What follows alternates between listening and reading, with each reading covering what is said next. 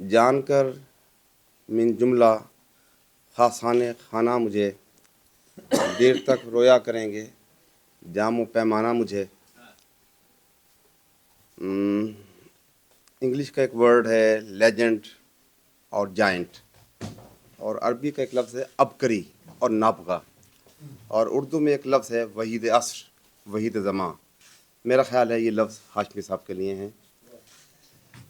Doctor صاحب سے میرا بہت پرانا تعلق ہے، میں ان کا اصلی شاگرد تو نہیں ہوں، فضلی شاگرد ضرور ہوں۔ دو تین چیزیں شیئر کرتا ہوں۔ ایک تو وہ چاہتے تھے کہ اقبال کی ایک اوتھینٹیکیٹڈ بایوگرافی ہونی چاہیے۔ ایک وہ ان کو ڈاکٹر عبدالحق صاحب کا یہ جملہ بہت پسند تھا کہ علامہ اقبال اردو کے نہیں دنیا کے سب سے بڑے شاعر ہیں، اور انہوں نے اپنی ارلی لائف کا ایک واقعہ میرے ساتھ شیئر کیا کہ میں 1963 میں لاہور آیا، شاید فاضل فارسی کا امتحان دینے، تو امتحان دینے کے بعد میرے پاس پیسے ختم ہو گئے، تو جو کتابیں میں نے تیاری کے لیے خریدی تھیں تو 5 روپے کی اردو بازار میں جا کر فروخت کر دیں۔ تو ان کے کزن تھے حافظ فتح شاہ صاحب، جنہوں نے ان کے اپنے گھر پر رکھا تھا، کچھ رقم انہیں دی اور 3 روپے میں سرگودا واپس پہنچ گئے۔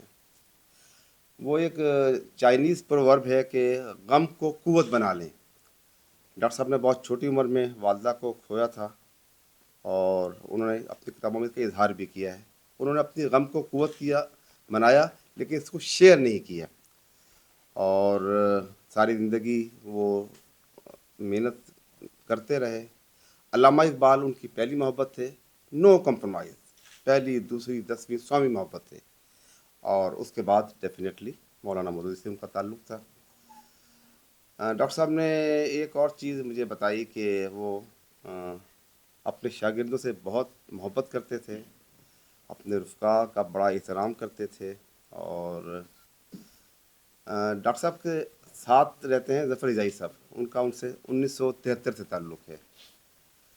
اجائی صاحب کہتے ہیں کہ میں نے 63 سال میں انہیں کبھی کسی کی غیبت کرتے ہوئے نہیں دیکھا، اور ان کا خیال یہ تھا کہ جو قلت کلام، قلت طعام اور قلت لباس نبی اکرم صلی اللہ علیہ وسلم کی پیروی میں تھا۔ اجائی صاحب کہتے ہیں ڈاکٹر صاحب کم بولتے تھے، ان کا خیال تھا مجھے ہر جملے کا جواب دینا ہے۔ تو آج ہم ان کی کمی کو محسوس کر رہے ہیں، اور انہوں نے جو چراغ جلایا ہے ہم انشاءاللہ اس کو روشن رکھیں گے۔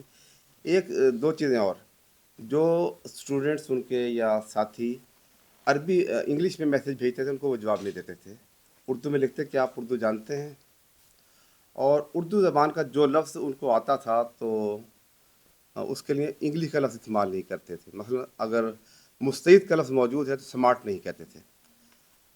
اللہ ان کے درجات بلند فرمائے، اور ہمیں اس چراغ کو روشن رکھنے کی توفیق عطا فرمائے۔